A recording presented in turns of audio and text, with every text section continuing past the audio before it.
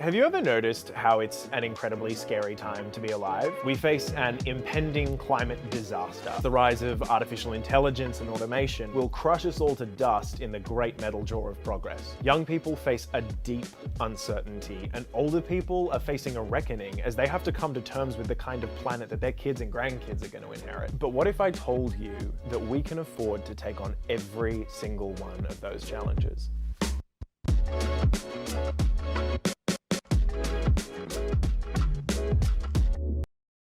I want to talk to you today about an idea in economics that could fundamentally change how we work together to solve big problems. It's an idea that cuts at the heart of the systems by which we produce and distribute the things that we value. And it challenges the 18th century assumptions that are currently threatening to tear our planet apart. It's a rebuke of scarcity and fear and division, and it's backed by a growing number of forward-looking and respected economists, policymakers, and academics. It's called modern monetary theory, and while establishment politicians are clinging to outdated and failing models of public finance, modern monetary theory offers a vision of the economy that works for us all, no matter your age, your postcode, or the color of your skin. And yes, regrettably, it's economics, but it might just save the world. How?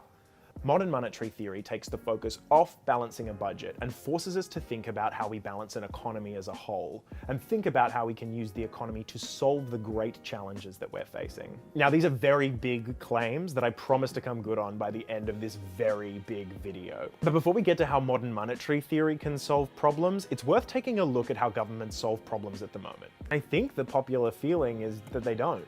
Those challenges that we face, we know there are solutions. You can lift everyone out of poverty by expanding our social safety net. You can slash carbon emissions by directly investing in green jobs and renewables research and development. We can connect every corner of this country with affordable, sustainable, high-speed rail. And we can end unemployment with a federal job guarantee. And the reply is always the same. But how will you pay for it? And it's not just the conservative response either. You will hear popular, mainstream progressive politicians in interview after interview moaning about the need for budget repair. They give us fumbling explanations of how we can begin to make incremental change. Increase a tax here, close a loophole over there, find efficiencies in a program here, and kick the can down the road with an 18-month review. Then and only then can we do a fraction of what's necessary to address a fraction of a challenge. It's not good enough, not by a long shot, and it ignores the unique, mind-boggling power that governments have to make the investments that we need. So how will we pay for bold, transformative social programs? The exact same way that we pay for anything else. The exact same way that we pay for submarines and weapons and trillion-dollar bailouts for the major banks and fossil fuel subsidies and border walls. The government passes legislation, and in response, the Reserve Bank writes a check or credits the appropriate account using keystrokes in a computer. That's it. That's it. That's it.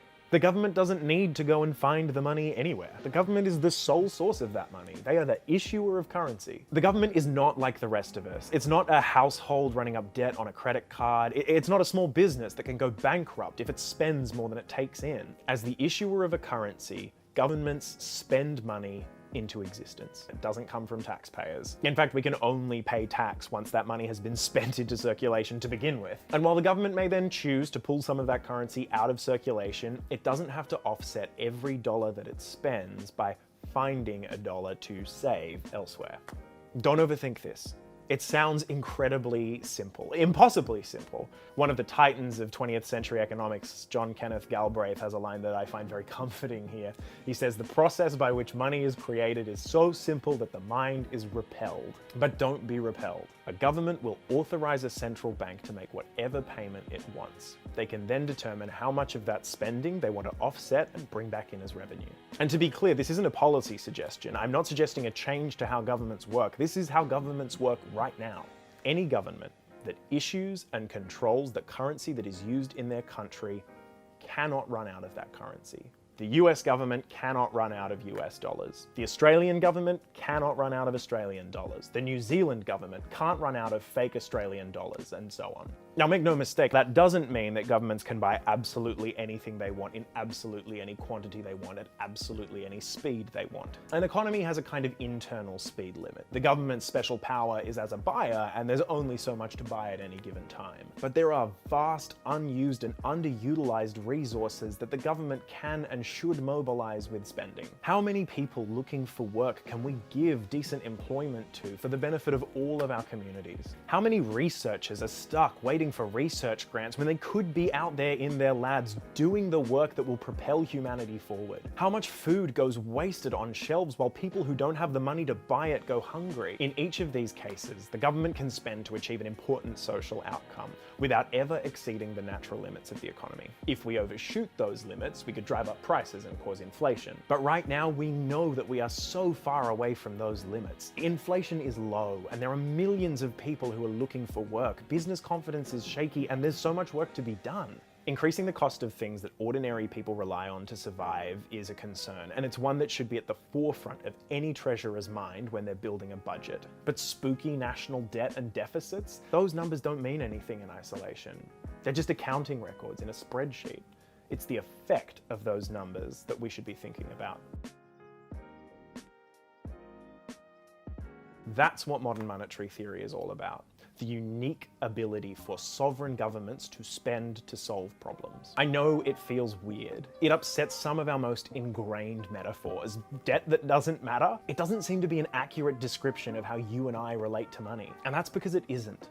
Our relationship with money is a hell of a lot more stressful than a government's. When we spend more than we make, we have to find a way to make more money in future, or tighten our belts so that we can pay it back. A government doesn't have to tighten its belt because governments don't have belts. What we call a budget deficit is just a record that the government has spent more than it's taken back in. And that can be a really good thing because targeted correctly, that spending goes straight into the hands of ordinary people in our communities. Deficits are great. They fund the sort of projects that people and businesses just can't. They put people to work. They make sure that families going through tough times can afford to put food on the table. They aren't something to be worried about. And an easy way to know this for sure is just to look at Australia's economic history.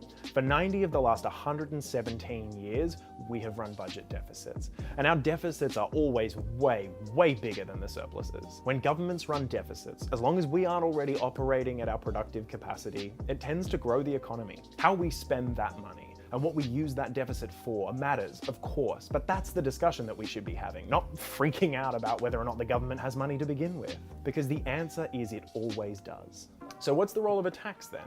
If the government can already spend on these valuable, important social projects, and taxation doesn't bring in or save the government any money, then why tax at all? Well, a few reasons. Taxation is an excellent way to redistribute wealth and to address the problems arising from income and wealth inequality. Don't worry, billionaires should still pay huge and meaty taxes on income and wealth. But we don't tax billionaires because we quote-unquote need their money. Tax should also be used to disincentivize antisocial activity, stuff that we know is bad for us. Corporations that make revolting profits from socially destructive activities like gambling and tobacco and fossil fuels and polluting our waterways should absolutely be taxed to the teeth. If we all broadly believe that people should be discouraged from turning a profit by intentionally making people sick and bankrupt, then that is a public attitude and popular belief that we can help realize through taxation.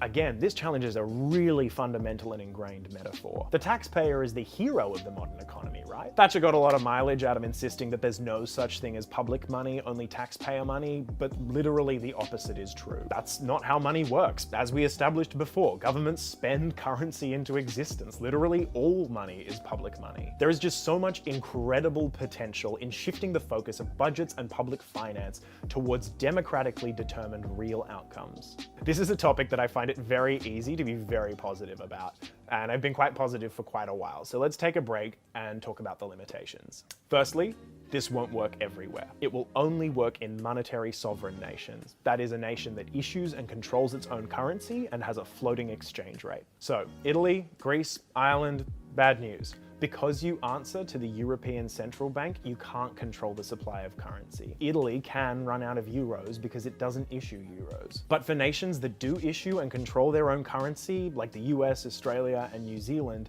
significant deficit spending is a sustainable and perfectly responsible way to grow an economy and to achieve important social outcomes. Point of order, you left-wing idiot. If you like spending so much, why don't you go marry it? Have you ever heard of Venezuela or Weimar Germany? Wow, that was so helpful, thank you. Which brings me to some other conditions. Venezuela isn't a monetary sovereign nation. They issue their own currency, yes, but the Venezuelan bolivar is pegged to the value of the US dollar. That's a fixed exchange rate, which means that the Venezuelan government is committed to the exchange of a certain number of Venezuelan bolivar for $1. That means that they can't really maintain or control the value of their currency as they spend more of it. It's always going to be valued relative to the US dollar. Moreover, until 2017, 98% of the value of Venezuela's exports were in oil. When the price of oil collapsed, so did the value of Venezuela's exports, so did its tax base, and so did so much of the country's productive capacity. The pegging of the Venezuelan bolivar against the US dollar and their reliance on oil as a single export means that the Venezuelan economy isn't really one where deficit spending can work. And the Weimar Republic experienced hyperinflation because they were running huge deficits at a time that their productive capacity had literally been shot to pieces. Half their labor force straight up died at the Battle of the Somme. And after the war, Germany wasn't investing in infrastructure. They were spending huge amounts of money trying to service the debts that they owed to other countries, reparations that were paid in currencies that they didn't control. Australia, by contrast, has not recently lost World War I. The only treaty that we've recently signed in France was the Paris Climate Accord, although from the way conservatives talk about it, you'd be forgiven for thinking that that was a war as well. No one who is serious about modern monetary theory ignores inflation. In fact, modern monetary theory places a singular focus on inflation as the one true constraint that should inform government spending. It seeks to understand what really causes inflation, and what strategies we can use to mitigate it. But it's also worth pointing out that nobody fucking understands inflation anyway, least of all the cynics who say that if we invest in public schools and hospitals, we'll have to pay for bread with wheelbarrows full of cash. It's just not true that deficits cause inflation. The US government is currently running a $1 trillion deficit and there is no inflation in sight. Since the late 90s, Japan has been running huge deficits, and yet their inflation has rarely cracked 1%, and often it's negative. Why? Because almost no economies are running at their full potential. The brainless, invisible hand of the market isn't actually that good at getting shit done. Who knew? The useful question is what kind of deficit causes inflation? And that is a question that MMT is deeply interested in. And the answer is it depends. The final limitation that I want to recognize is that it's dishonest to say that MMT can solve every problem. In fact, no economic reform in isolation can solve every problem. As we've seen in the US, a conservative government that doesn't give a shit about surpluses is still gonna run incredibly cynical fear campaigns. They will demonize First Nations people, they will demonize people of color, they will demonize queer and trans kids. That kind of hatred predates neoliberalism, and it's up to us to make sure that it doesn't outlast it. While it's true that the weight of economic injustice is disproportionately felt by marginalized communities, we will never dismantle structural hatred and prejudice while we're looking at economic inequality in isolation. This isn't a new idea. It stands on the shoulders of hugely influential economic thinkers like John Maynard Keynes, but it's been turned into a comprehensive theory through decades of work from the likes of Australia's own Professor Bill Mitchell or Stephanie Kelton in the US. Their work has been fundamental in demonstrating the radical potential that is already at our disposal to reshape society for the better. Yes, there are limitations. Yes, there are some unknown quantities. But can it really be worse than inaction in the face of catastrophic climate change? Can it be worse than the government's cruel austerity logic that leaves millions of people to languish in involuntary unemployment and die in poverty? Can it be worse than the sum of all the angst and division and conflict that arises from telling generation after generation of people at a time where there has never been so much wealth that there isn't enough to go around? I really don't think so. It is getting very late, and this is to just scratch at the surface of a huge topic. But if you take one thing away from this video, let it be this. We do not need to accept it when politicians tell us that we cannot afford the solutions to problems and that ordinary people can't have nice things. It simply is not true. And progressives need to develop the economic vocabulary to fight back when we hear it. We do not need to accept the vision of society and the economy that is pushed on us from the top down by a joint political and billionaire class that already has everything. We don't need to beg for charity from financiers and bankers. We don't need to scrap for crumbs from the tables of billionaires. We can put aside the brainless and bankrupt market logic that has been rotting our communities for decades and instead come together to determine what is valuable for ourselves. We can afford to take on the huge challenges that we face with an idea that is just as big. In fact, with every day, it's getting clearer that we can't afford not to.